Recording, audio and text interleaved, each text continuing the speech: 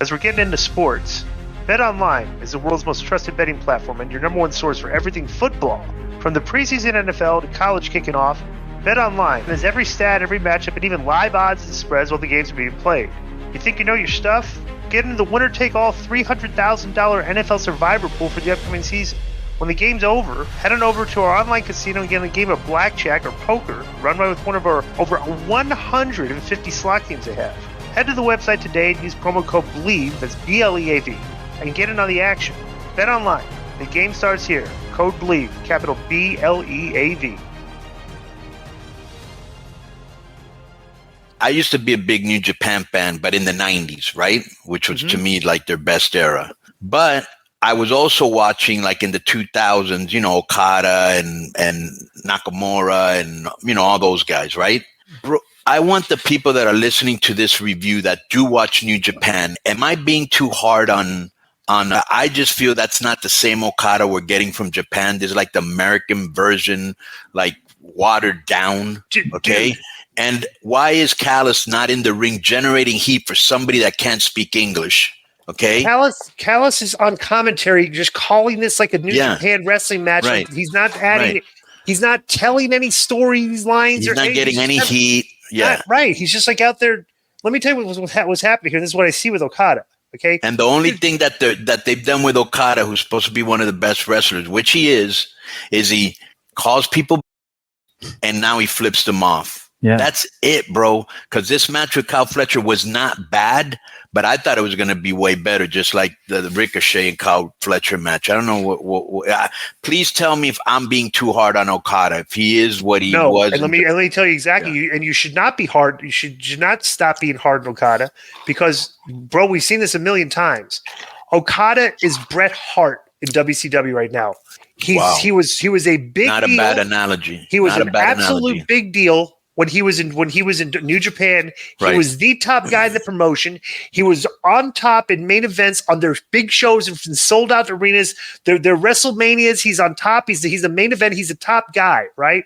Now he's got a chance. Wrestle Kingdoms. He's getting paid more money than he's ever been paid before. Right. Comes to the United States, and it's like, they're treating me like a mid-card guy here. So I'm just going to give you mid-card stuff. Why should I be like, if you're going to treat me like this, if this is my creative, you're giving me a secondary title. All I'm doing is matches against guys that are winning tournaments and stuff like that. There's no build up. And like, I'm not going to hurt. First of all, I'm not going to hurt myself out there. My matches are going to be very basic, which they are, because he doesn't do much. You know, because when you watch this guy work, it's like, who is this guy that does this 5-star guy? Bro, these matches are like, if you're literally being honest, if he did 5-star work in those matches you saw at him in New Japan and everything, these are 2 stars. He's not doing anything in these matches. He's not showing hardly any intensity in his work. It's just like he looks like he's completely going through the motions because this is what they're giving him. And that's like, I'm just going to keep getting paid. That's what his character comes across. There could be a lot of validity to that. Yeah, because it's like I said, because that's what happened to Brett. He lost his interest. Right. He was just down the time. When you're not motivated, bro, like there's been times in wrestling when I'm not motivated. I wasn't motivated and I was just going through the motions, you know? So I've been there. Yeah. Well, if you guys remember, Disco might have, I'm not sure if you were in and out at the time. Okada was at Impact, TNA, 2010, 2011. So, you know, a while ago now. But that was before, because he came over here, he had to learn how to work American style. Right, but I'm saying. They do that with the Japanese guys. Right, but, they had him as Samoa Joe's Green Hornet underling thing, and people hated it, and they to this day, and it caused a rupture between the TNA New Japan relationship. Right. Everybody on that. But where's that today when all he's really doing is comedy stuff, right? When people are expecting so much more, I think they should sound more like you guys, actually. Right. Because they should want more out of him. So the best part about this is they wrestled 19 minutes because I think Tony thought this was because if I put these guys in the ring together, Meltzer's going to give it 4.5 stars. And here's the worst part. It got a bad rating. And you used a stupid referee in the finish and made everything look terrible because the guy doesn't know how to. So at the end, he shoves the referee out of the way. Then he's whipping Fletcher towards Knox, who covered his head. Okay, and missed Okada kicking him. Right. Think about that. They're doing the thing like he's going to throw him into him. The referee gets so scared that he can't even see the guy kicking him. Right. it was like an exclamation point on like, look, we got to start doing something different with Okada. This is not working. We're losing money on this guy because if your highest paid guy is the lowest rated segment on the show, that's everybody involved. The lowest rated segment was your highest paid female. Oh, that's right. Yeah. I mean, and that's everybody's fault. That's the talent for letting yourself be devalued and going out there not bringing it because you've been devalued and you feel it. And it's, you know what? It almost feels like to me, like, dude, I'm a millionaire now. I'm not going to make any waves. I may never make this money again. And they're just whatever Tony says. Exactly. So the big angle here is Takeshita comes out to check on Fletcher, then yelled at Okada. Because I'm going to give you a good example. What time do you usually have to come into work, Disco? Usually 7:45. I get there like 7:30. 7:30. If they started to give you $1 million a year or $2 million a year, right? Mm-hmm. And they said you've got to come in at 4 in the afternoon and stay 2 hours more, you'd be like, cool. I'll come in at 3 and stay 5 hours more. Right. You know what I'm saying? Yeah. But when I finally realize that nobody cares, I'll start coming in at 5:30 and leave at 1:30. You know. And nobody would notice because then it's like you don't care. It's like you paid me all this money and you just forgot about me. You know, right? So that's right. So Cassie and Kyle O'Reilly make their entrance while Danielson spoke about the word of the day being stupendous. Then Will Ospreay came out and Claudia Wheeler came out and then Pac made his entrance. So the gist of this match is this is a non-title trios match. Okay, because Pac, Wheeler, Utah, and Claudio are the this is still kind of weird, because nobody's really explaining why Pac is with these, what's the gimmick here? What am I missing? Because, Bryan Danielson is a babyface, Wheeler Yuta is a babyface, Claudio's a babyface, and Pac is a heel. Yeah, there's no explanation that I've seen. I just read they call him, he's an associate.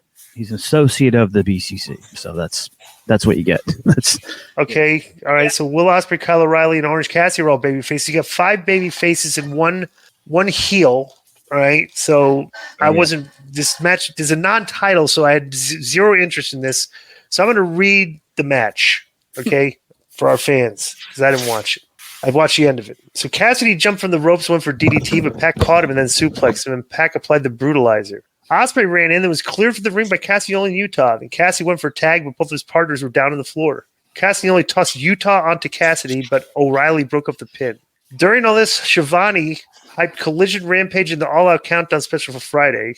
Good Lord. He actually put for parentheses, good Lord.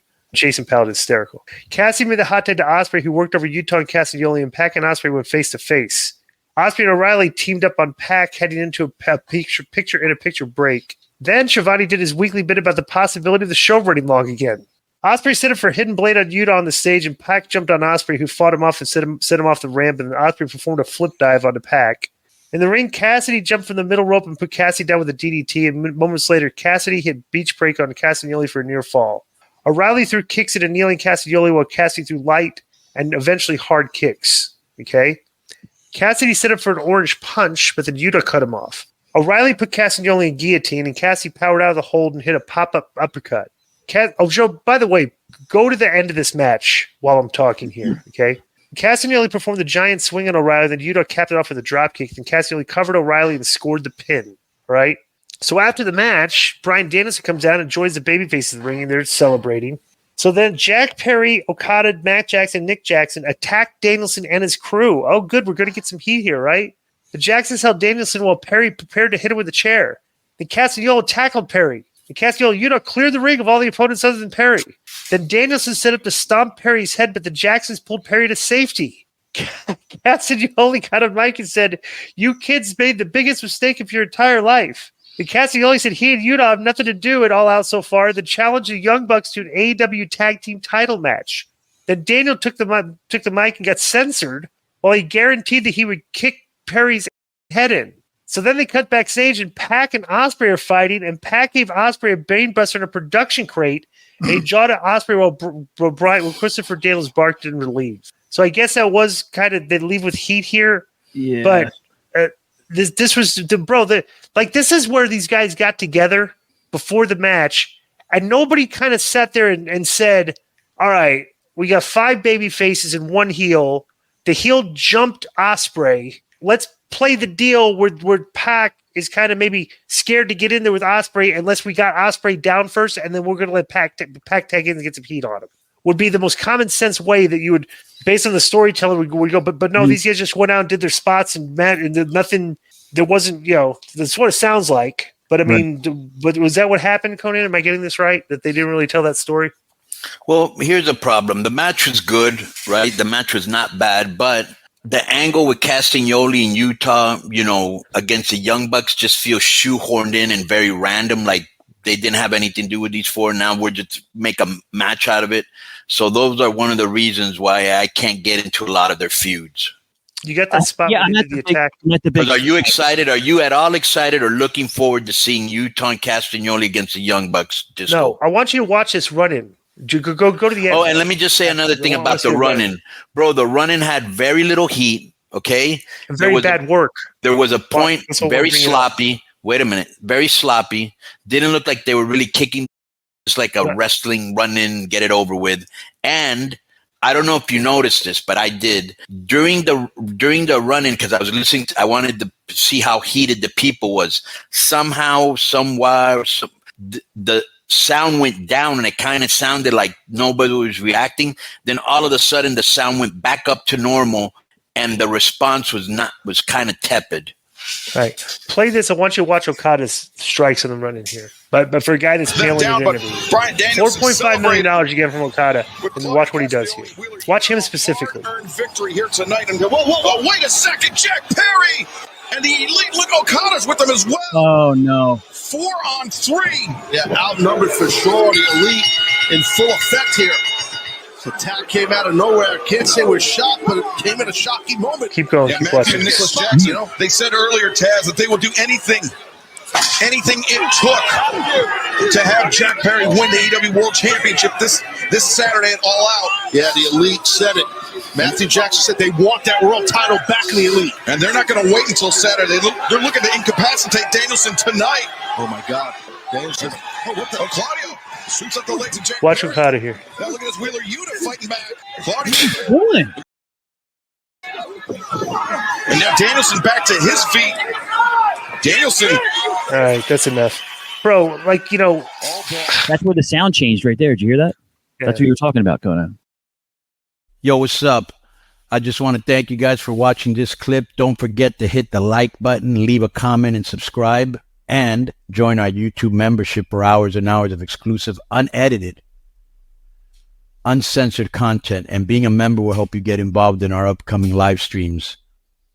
Thank you for your support. Thank you for riding with us. I know you got a lot of other podcast choices, be it wrestling or other ones. And thank you for picking us. Boom.